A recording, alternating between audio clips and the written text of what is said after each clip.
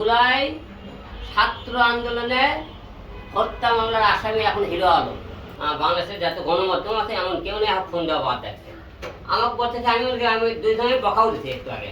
আমার কাছে আপনার নামে কি জানেন 28 জনের মামলা হয়েছে জুলাই হত্যা।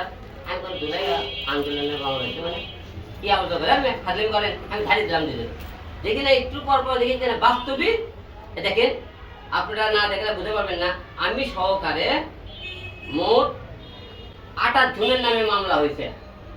আমি সিরিয়ালে আছি 8 নম্বরে 7 নম্বর সিরিয়ালে দেখেন জুলাই ছাত্র আন্দোলনে হত্যা মামলার আসামি এখন হিরো আলম। আপনি দেখেন ভালো করে দেখেন। এখন প্রশ্ন হলো দেখি আমি হত্যা করলে হত্যার আমি ফাঁসি দড়ি হাসি মুখে আমি মেনে নেব জনগণের সামনে। এই দেশে জনগণের যদি ভালো করবে আপনাদের ফাঁসি হয়।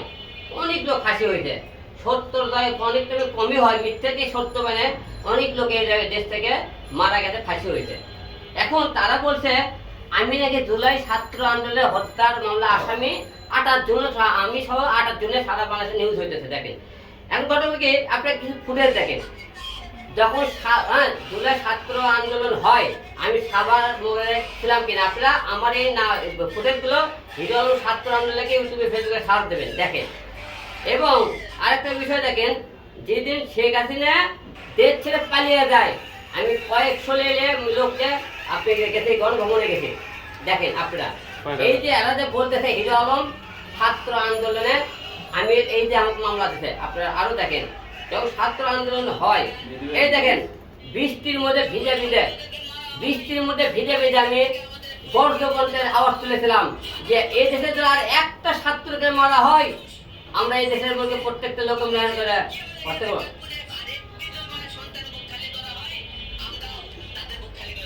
আমি বলেছিলাম যে আর একটি জুলমুনি করেন মায়ের কোল খালি করা হয় যে আমরা কিন্তু বসে থাকবো না। এখন ঘটনা হলো কি এই দেশের এই যে জুলাই ছাত্র আন্দোলন ছাত্র হত্যা এই যে একটা ইস্যু এই ইস্যু নিয়ে এক শ্রেণীর লোক বিজনেস করতেছে। এক শ্রেণীর লোক তাদের প্রতিহিংসার শিকার প্রত্যেকটা লোক টার্গেট করে তারা মনে করেন মামলা দিতেছে। আমার কথা গত 2 বছরে হিরো আলমের মনে করেন ছাত্র আন্দোলনের কোনো মামলা হলো না। আজকে কেন মামলা আমার নামে হলো? এতদিন তারা কি দেখেনি হিরো আলমের নামে মামলা? আজকে কেন আমার নামে মামলা হলো?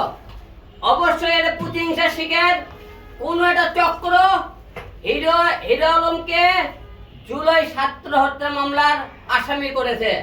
আমি সহ 28 জন। আমার একটা প্রশ্ন এই দেশের বাংলাদেশের মানুষ আপনারা যারা টিভি মিডিয়া এবং যারা ফেসবুক ইউটিউব দেখেছেন নিউজ দেখেছেন আপনারা প্রত্যেকটা বার দেখেছেন আমি হিরো আলম 70 পদে কথা বলার জন্য কয়বার মার খেয়েছি আপনি দেখেন না?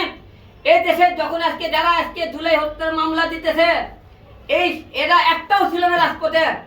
যখন আওয়ামী লীগ সরকার ছিল এই দেশে রাজত্ব করছে তখন এদেরকে আমরা খুঁজে পাইনি। কিন্তু আজকে যখন আওয়ামী লীগ সরকার আমলে এমন কোন এমপি মন্ত্রী নাই ফাইট করেনি, প্রধানমন্ত্রীর সাথে কিন্তু ফাইট করছে তার বিনিময়ে কিন্তু মার খাইছে আপনারা দেখছেন।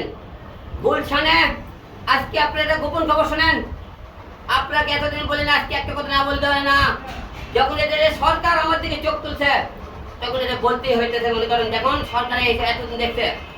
কারণ আপনার ঢাকা 17 যখন আমি আসলে নির্বাচন করি এই নির্বাচনে আমাকে মনে করেন কি করছে আন্দোলনের রহমান পাত্র সাহেব আমাকে কিন্তু ঢাকা 17 আসনে নির্বাচন দাঁড়িয়ে দিয়েছিল। তার নির্দেশে জনাব তারেক রহমানের নির্দেশে মেরে ফেলে দেওয়া হয়েছিল। তার জন্য মরবে চাইছিলাম এই জনগণের জন্য। এখন প্রশ্ন হলো এতদিন পরে হিরো আলমের নামে কেন ছাত্র হত্যা মামলা? কেন এতদিন পরে আমাকে মামলা দিল? কেন এতদিন পরে আমার বিরুদ্ধে এত প্রতিহিংসার শিকার কে হইলো? কে শত্রু হলো আমার পেছনে? এতদিন পরে আমার বিরুদ্ধে কেন মামলা হলো? আমি এই দেশের জনগণের কাছে বলতে চাই আমি এই দেশের আমরা একটা দেখান হিরো আলম কাউকে খুন করছে, কারো মাথার বাড়ি দিছে, ছিনতাই করছে, ব্যবসা করে অন্য কোনো বিজনেস করছে আপনাদের একটা কেউ বলতে পারবেন?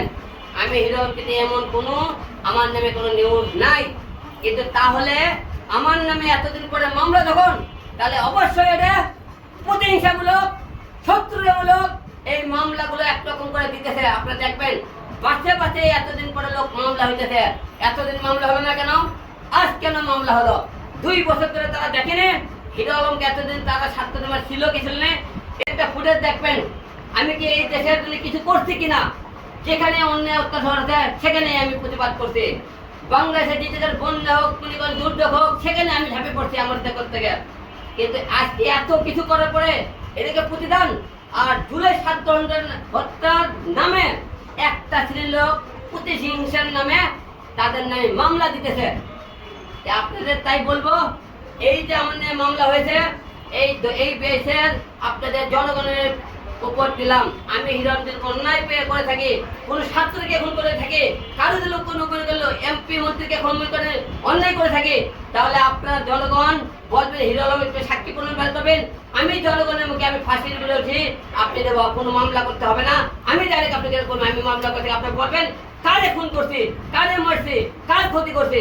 হিরো আলম নিজের যোগ্যতায় একটা ইউটিউব চ্যানেল, ফেসবুক, 2 সিনেমা বানায়। আমার যোগ্যতায় আমি ইনকাম করে আমি কাজ করি, কিন্তু কারো যোগ্যতায় কাজ করি না। এখন প্রশ্ন হলো, আমাকে কেন এত হয়রানি করা হইতেছে? আমার বিরুদ্ধে কেন এত মামলা? আমাকে কেন একের পর এক মামলা মারানো হয়? কেন আমার বিরুদ্ধে মানুষের একটা আক্রোশ? এটা দেশবাসী কেন জানতে চাই আমি।